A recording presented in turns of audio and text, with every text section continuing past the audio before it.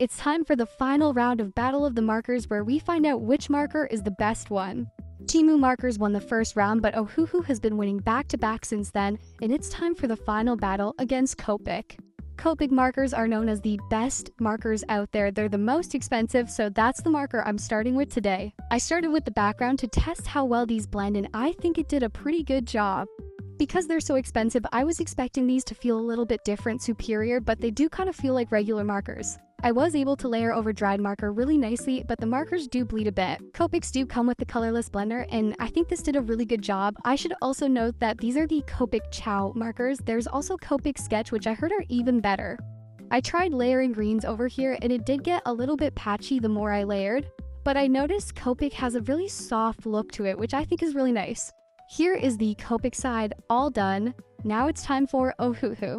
Right off the bat, I noticed the fur looks a lot better on the Copic side. I think some colors layer better than others, but I was able to layer and blend the green markers a little bit better on the Ohuhu side. As always, the Ohuhu colorless blender was not the greatest compared to the other side, but I did do a lot of blending with the pumpkin and the tree, and I think the colors blended really nicely on this side. I did mess up a little on the background, and I chose a navy that was really dark, so it was a bit harder to blend the sky for this, but it did lighten up. So that one was my fault, but once I added the stars, it all kind of came together. Anyways, this is it all done. The Copic side looks a lot softer.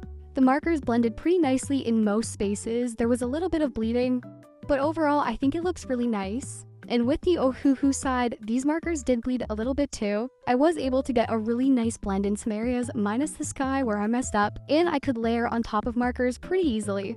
Now it's time to vote. Do you think Copic's the better marker or Ohuhu? For me personally, and for the price, I think Ohuhu and Shuttle Art are my favorite markers. I think they're awesome. I think Copic comes in third place, but let me know your thoughts. That ends Battle of the Markers. Bye!